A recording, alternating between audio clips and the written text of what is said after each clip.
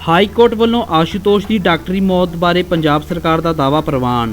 Medical जांच की मांग समेत पूरन सिंह दीआं दोवें पटीशनां खारज। अदालत ने मृतक देह दा रस्मां मुताबक अंतिम संस्कार करन लई कहा।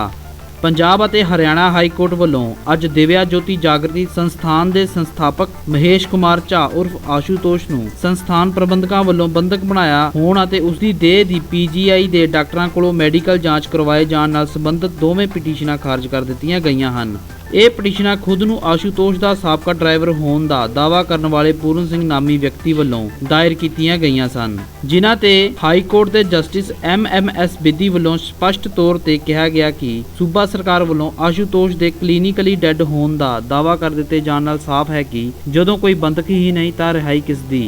इसे तत्थ ਨੂੰ ਮੁੱਖ ਰੱਖਦਿਆਂ ਹਾਈ ਕੋਰਟ ਵੱਲੋਂ ਅੱਜ ਪੂਰਨ ਸਿੰਘ ਦੀ ਹੈਬੀਅਸ ਕਾਰਪਸ ਪਟੀਸ਼ਨ ਨੂੰ ਸੁਣਵਾਈਯੋਗ ਨਾ ਹੋਣ ਕਹਿ ਕੇ ਖਾਰਜ ਕਰ ਦਿੱਤਾ।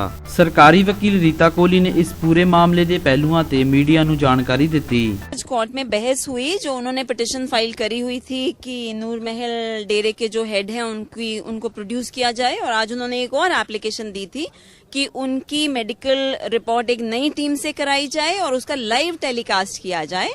तो हमने इस पे स्ट्रॉन्ग ऑब्जेक्शंस कोर्ट में दी कि उन्होंने पिटिशन फाइल करने से पहली बात वो मीडिया में दी, जिसका मतलब साफ जाहिर है कि ये सिर्फ एक पब्लिसिटी जनरेट करने के लिए एक पिटिशन है।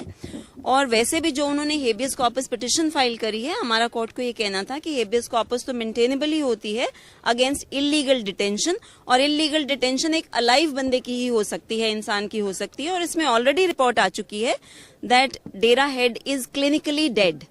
सो इसका सवाल ही नहीं था, और कोर्ट ने दोनों तरफों की बहस सुन के इस केस को खारिज कर दिया है, डिसमिस कर दिया है, और ये पिटिशन खत्म हो गई। हेबियस कॉर्पस एक रिट पिटिशन है जो कि मिलती है उसमें जब कोई इलीगली किसी को डिटेन किया जाए तो उसमें कोई भी पेश करके कर सकता है पिटिशन कि किसी को illegally against the settled principles of law detain किया हुआ है।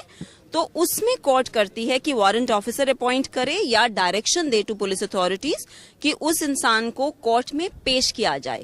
तो वो उसी को पेश किया जा सकता है जो कि अलाइव होगा। इन दिस केस क्योंकि ऑलरेडी रिपोर्ट आ चुकी है कि ही इज क्लिनिकली डेड, तो ऐसा कोई सवाल ही पैदा नहीं होता। और कोर्ट ने दोनों पक्षों की बहस सुन के on the basis of settled principle of law, supreme court की जजमेंट और तमिलनाडु की जजमेंट, जो रिपोर्ट दी गई है अथॉरिटीज की तरफ से on the basis of doctors report, उसमें ये कहा गया है कि ही इज क्लिनिकली डेड।